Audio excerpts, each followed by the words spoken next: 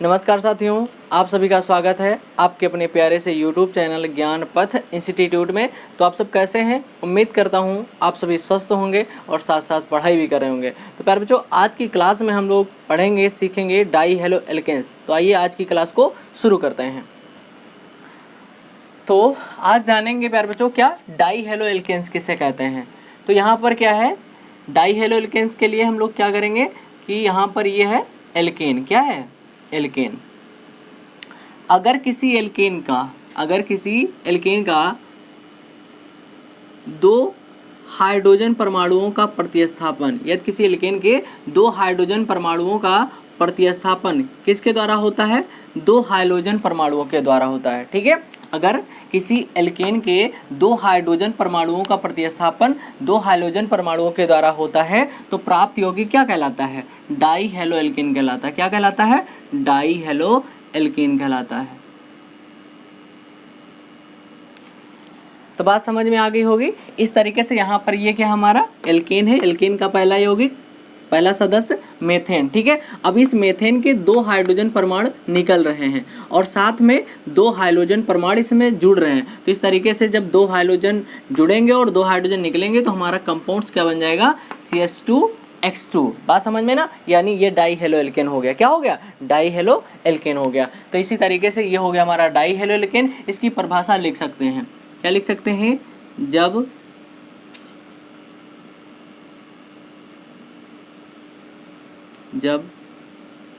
किसी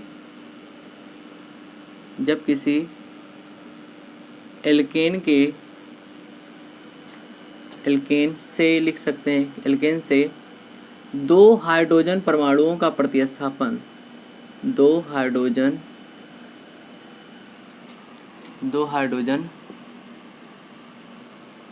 परमाणुओं का प्रतिस्थापन दो हाइड्रोजन परमाणुओं द्वारा होता है। दो हाइड्रोजन परमाणुओं द्वारा होता है तो प्राप्त यौगिक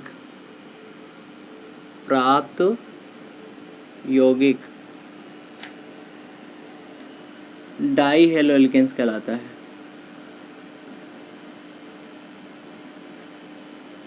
डाई हेलो एल्केन्स कहलाता है।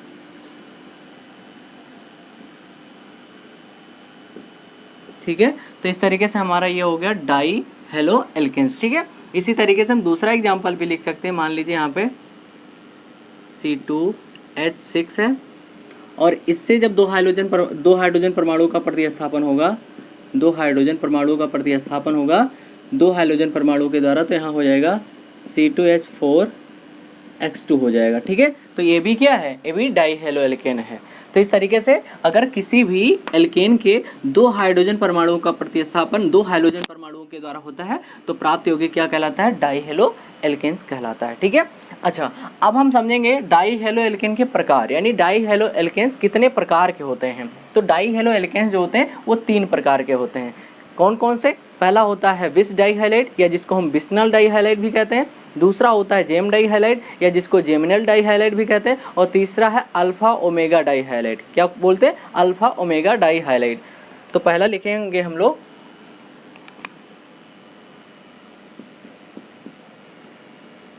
GeM डाइहाइलाइड,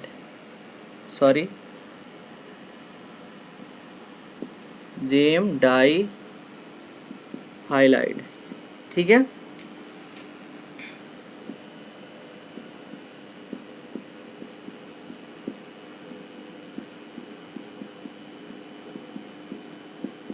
GeM डाइहाइलाइड। अब जेम डाइहाइलाइड किसे कहते हैं?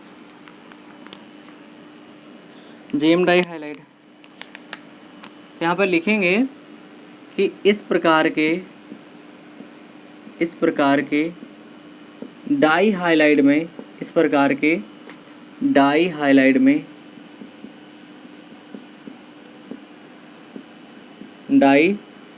में दोनों हाइड्रोजन दोनों हाइड्रोजन परमाणु, दोनों हाइड्रोजन परमाणु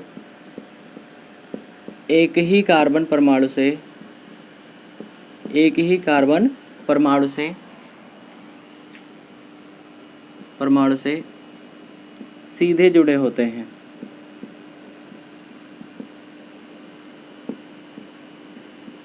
सीधे जुड़े होते हैं, ठीक है। यानी जेम डाई हाइलाइड में क्या होता है, जेम डाई हाइलाइड किसे कहते हैं कि इस प्रकार के डाई हाइलाइड में दोनों हाइड्रोजन परमाणु एक ही कार्बन परमाणु से जुड़े होते हैं, ठीक है। तो उन्हें हम लोग क्या कहते हैं, जेम डाई हाइलाइड कहते हैं। अब जैसे एग्जाम्पल के रूप में लिख सकते हैं यहाँ पे, एग्जाम्पल के रूप में CH3 CH2, ठीक है। हाँ CH, चलो ये हो गया CH, और यहाँ पर लिख देंगे हम लोग X, ठीक है, इस तरीके से। तो ये हमारा क्या हो जाएगा, ये हो जाएगा हमारा जेम डाई हाइलाइड या जेमनल डाई हाइलाइड, क्योंकि यहाँ पर जो दोनों हाइड्रोजन परमाणु हैं वो एक ही कार्बन से जुड़े हुए हैं, ठीक है। दूसरा एग्जाम्पल यहाँ लिख सकते हैं CH3 CH2 CH, और ये हो गया X, और यहाँ पर ये हो गया X, ठीक है। यानी यहाँ पर X क्या है, हाइड्रोजन है, और दो हाइड्रोजन परमाणु एक ही कार्बन परमाणु से जब जुड़े होते हैं तो इन्हें क्या कहा जाता है, जेम डाई हाइलाइड कहा जाता है, ठीक है। तो इसी तरीके से बहुत सारे कंपाउंड्स हम लोग ऐसे बना सकते हैं, CH3 CH,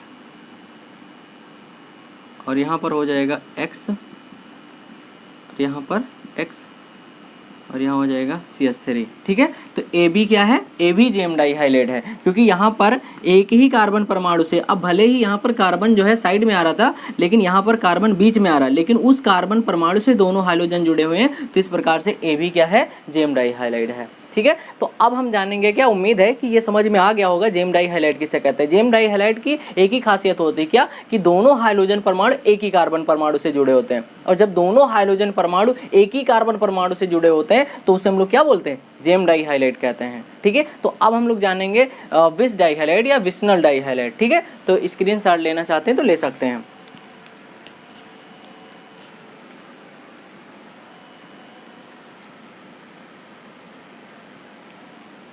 ठीक है, तो हम बढ़ते हैं आगे।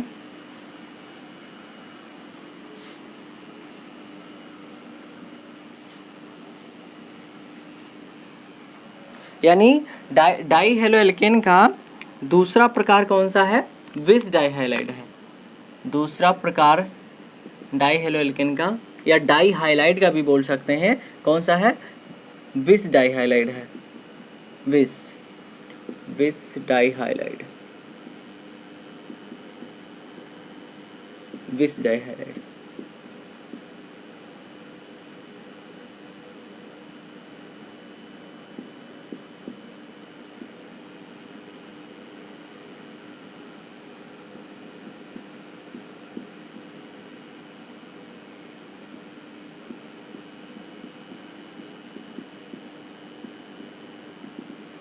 अब विस डाई हाइलाइड किसे कहते हैं, इनमें क्या होता है कि दोनों हाइड्रोजन, क्योंकि ये डाई हाइलाइड है, इनमें दो ही हाइड्रोजन परमाणु आएगा, लेकिन इनकी खासियत क्या होती है कि दोनों हाइड्रोजन परमाणु जो होते हैं वो दो निकटवर्ती कार्बन से जुड़े होते हैं। किससे जुड़े होते हैं, दो निकटवर्ती कार्बन से जुड़े होते हैं। तो यहाँ पे लिखेंगे हम लोग,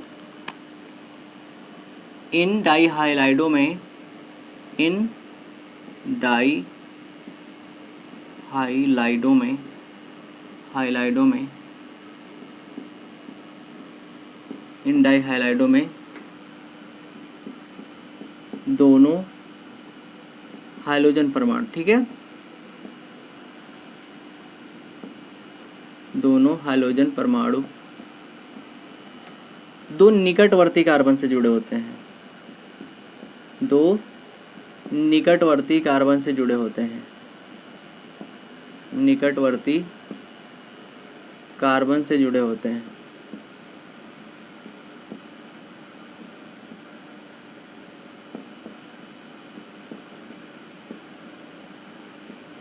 ठीक है, तो इस तरीके से अगर दोनों हाइड्रोजन परमाणु, ठीक है, दोनों हाइड्रोजन परमाणु अगर दो निकटवर्ती कार्बन से जुड़े होते हैं, दो निकटवर्ती कार्बन से जुड़े होते हैं तो उन्हें हम लोग क्या कहते हैं, विस डाइहैलाइड कहते हैं। ठीक है, अब अगर एग्जाम्पल के रूप में देखें यहाँ पे, तो एग्जाम्पल के रूप में क्या हो जाएगा, CH2X CH2X। ठीक है, इस तरीके से, यानी यहाँ पर दोनों हाइड्रोजन, यहाँ पे दोनों हाइड्रोजन परमाणु दो निकटवर्ती कार्बन से जुड़े हैं, मतलब ये दोनों कार्बन एक दूसरे से कनेक्टेड हैं, जुड़े हुए हैं, और इन्हीं दोनों कार्बनों से दोनों हाइड्रोजन जुड़े हैं। तो इस तरीके से ये क्या हो जाएगा, ये हो जाएगा विस डाइहैलाइड हो जाएगा। क्या हो जाएगा, विस डाइहैलाइड हो जाएगा। इसी तरीके से दूसरा एग्जाम्पल यहाँ लिख सकते हैं, CH3CH और यहाँ हो जाएगा CH3। अब यहाँ पे ये तो CH3 हो गया, यहाँ X और यहाँ पर भी हाइड्रोजन जुड़ गया। ठीक है, तो इस तरीके से यहाँ पर AB क्या है, विस डाइहैलाइड है। क्या है, विस डाइहैलाइड है, क्योंकि यहाँ पर दोनों हाइड्रोजन परमाणु दो निकटवर्ती कार्बन से जुड़े हुए हैं। तो ये भी आपका क्या हो जाएगा, विस डाइहैलाइड हो जाएगा। ठीक है, इसी तरीके से और यौगिक हम लिख सकते हैं यहाँ पे, CH3 CH CH CH3। अब यहाँ पर भी हाइड्रोजन, इस कार्बन से भी हाइड्रोजन, और ये दोनों कार्बन एक दूसरे से कनेक्टेड है, मतलब ये दो निकटवर्ती कार्बनों से दोनों हाइड्रोजन जुड़े हुए हैं। तो ये सब के सब क्या हो जाएंगे, ये सब के सब हो जाएंगे विस डाइहैलाइड। ठीक है, तो उम्मीद है समझ में आ गया होगा। और अब हम बढ़ते हैं अगले प्रकार के ऊपर, यानी जो हमारा डाइहैलोएल्केन का अगला प्रकार है अल्फा ओमेगा डाइहैलाइड। क्या है, अल्फा ओमेगा डाइहैलाइड, अब हम समझेंगे। तीसरा कौन सा प्रकार है, alpha omega डाइहैलाइड। Alpha omega डाइहैलाइड,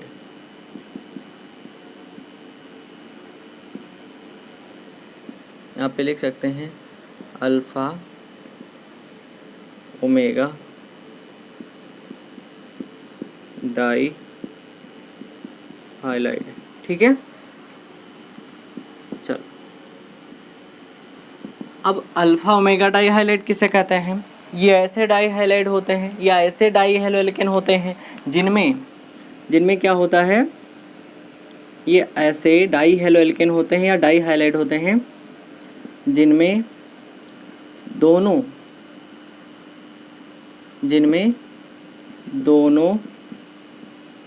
hydrogen परमाणु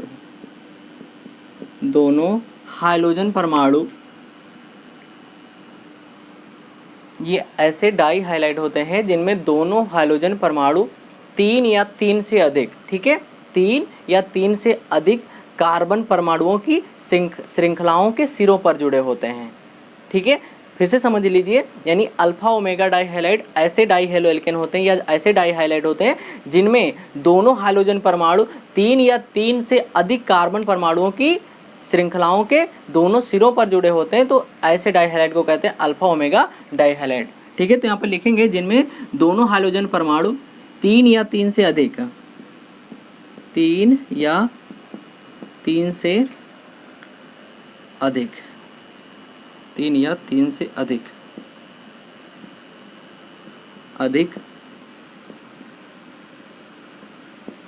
कार्बन परमाणुओं की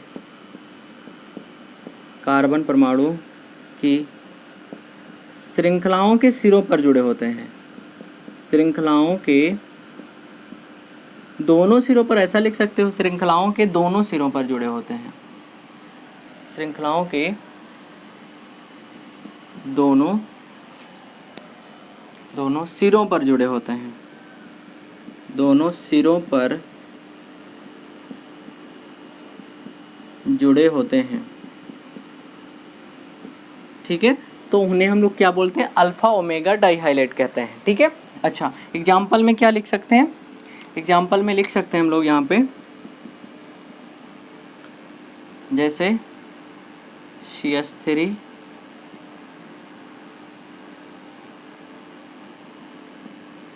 यहाँ पे लिखेंगे CH2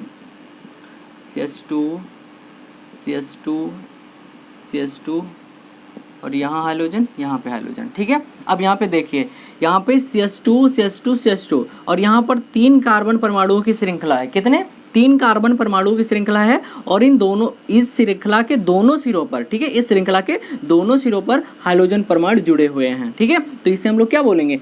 अल्फा ओमेगा डाइहाइलाइड बोलेंगे। क्या बोलेंगे? अल्फा ओमेगा डाइहाइलाइड बोलेंगे।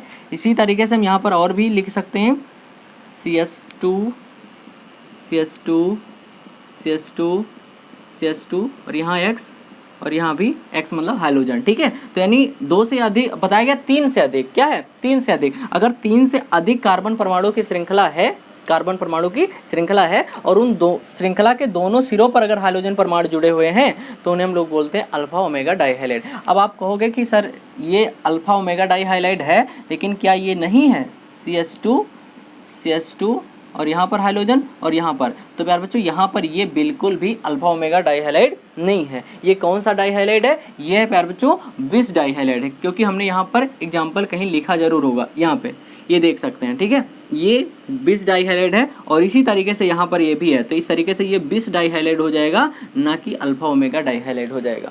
ठीक है, तो उम्मीद है समझ में आ गया होगा, क्योंकि अल्फा ओमेगा डाइहाइलाइड किसे कहते हैं? जिनमें दोनों हाइड्रोजन परमाणु 3 या 3 से अधिक कार्बन परमाणुओं की श्रृंखला वाले दोनों सिरों पर जुड़े होते हैं, श्रृंखला के दोनों सिरों पर जुड़े होते हैं, तो उन्हें हम लोग कहते हैं अल्फा ओमेगा डाइहाइलाइड। तो प्यारे बच्चों अब हम लोग जानेंगे पॉलीहेलो एल्केन्स किसे कहते हैं। ठीक है, तो यानी पॉलीहेलो एल्केन्स ऐसे यौगिक होते हैं जिनमें एल्केन्स के 2 से अधिक हाइड्रोजन परमाणुओं का प्रतिस्थापन जब 2 से अधिक हाइड्रोजन परमाणुओं के द्वारा होता है तो उन्हें हम लोग क्या बोलते हैं? उनसे प्राप्त यौगिक जो होता है उसे हम लोग डाइहेलो एल्केन्स बोलते हैं। यहाँ पे ऐसे हम लोग लिख सकते हैं, क्या लिख सकते हैं कि यहाँ पर क्या है? यहाँ पे है एल्केन है, यहाँ पर क्या है? एल्केन है, CH4। ठीक है, अच्छा यहाँ पे क्या होगा? 2 से अधिक हाइड्रोजन परमाणुओं का प्रतिस्थापन, यानी यहाँ पर हम लिखेंगे 3 हाइड्रोजन। कितना? 3 हाइड्रोजन। 3 हाइड्रोजन परमाणुओं का प्रतिस्थापन 3 हाइड्रोजन परमाणुओं के द्वारा होता है, तो प्राप्त यौगिक क्या कहलाता है? पॉलीहेलो एल्केन्स कहलाता है। यानी यहाँ पे हो जाएगा CHX3 हो जाएगा। ठीक है, तो ये हो गया पॉलीहेलो एल्केन। इसी तरीके से यहाँ पे हम लोग और भी लिख सकते हैं CH4, यहाँ पे लिख सकते हैं -4H, यानी 4 हाइड्रोजन परमाणुओं का प्रतिस्थापन जब 4 हाइड्रोजन परमाणु के द्वारा होता है तो इसे भी हम लोग क्या बोलते हैं? इसे भी हम लोग कहते हैं पॉलीहेलो एल्केन्स ही कहते हैं। ठीक बात है। अच्छा, अब यहाँ पे समझने वाली बात यह है कि पॉलीहेलो एल्केन्स और भी इसके कई प्रकार भी हो सकते हैं। मतलब यहाँ पे जैसे यहाँ पे पॉलीहेलो एल्केन्स के अंदर बहुत सारे यौगिक आ सकते हैं। जैसे यहाँ पे ये हो गया ट्राईहेलो एल्केन। क्या हो गया? ट्राईहेलो एल्केन। यहाँ पे 4 है तो टेट्राहेलो एल्केन है। इसी तरीके से अगर 5 होगा तो पेंटाहेलो एल्केन हो जाएगा, 6 है तो हेक्सा हो जाएगा, 7 है तो हेप्टाहेलो एल्केन हो जाएगा। तो इस तरीके से जितना हाइड्रोजन परमाणु की संख्या बढ़ती चली जाती है उसी प्रकार से पॉलीहेलो एल्केन के अंतर्गत जो सदस्य होते हैं उनकी संख्या बढ़ती चली जाती है। ठीक है, तो पॉलीहेलो एल्केन का अर्थ इतना ही होता है कि जब एल्केन्स के 2 से अधिक हाइड्रोजन परमाणुओं का प्रतिस्थापन 2 से अधिक हाइड्रोजन परमाणुओं के द्वारा होता है तो उन्हें हम लोग बोलते हैं पॉलीहेलो एल्केन्स कहते हैं। यहाँ पे लिख सकते हैं जब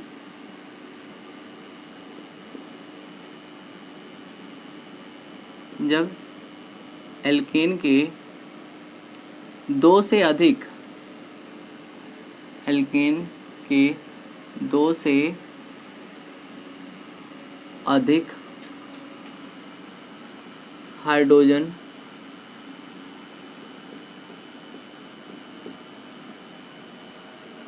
परमाणुओं का प्रतिस्थापन 2 से अधिक हाइड्रोजन परमाणुओं के द्वारा होता है। 2 से अधिक हाइड्रोजन परमाणुओं के द्वारा होता है। हाइड्रोजन परमाणुओं के द्वारा हाइड्रोजन परमाणुओं के द्वारा होता है तो प्राप्त यौगिक क्या कहलाता है? पॉलीहेलो एल्केन कहलाता है। पॉलीहेलो एल्केन कहलाता है। ठीक है। तो ये हो गया हमारा पॉलीहेलो एल्केन, यानी जब एल्केन के 2 या 2 से अधिक हाइड्रोजन परमाणुओं का प्रतिस्थापन 2 या 2 से अधिक हाइड्रोजन परमाणुओं के द्वारा होता है तो प्राप्त योगिक क्या कहलाता है, पॉलीहेलो एल्केन कहलाता है। ठीक है, तो यहाँ पर ये जो ट्राई हेलो एल्केन लिखा है या टेट्रा हेलो एल्केन लिखा है, ये सभी क्या है, पॉलीहेलो एल्केन्स हैं। तो इस तरीके से हमारा जो है हाइड्रोजन परमाणुओं की संख्या के आधार पर जो हेलो एल्केन का वर्गीकरण था वो समाप्त होता है यहीं पे। ठीक है, तो अगर आपको ये वीडियो पसंद आया है तो वीडियो को लाइक कीजिए, चैनल को सब्सक्राइब कीजिए और आगे दोस्तों में शेयर भी कीजिए। बहुत बहुत धन्यवाद।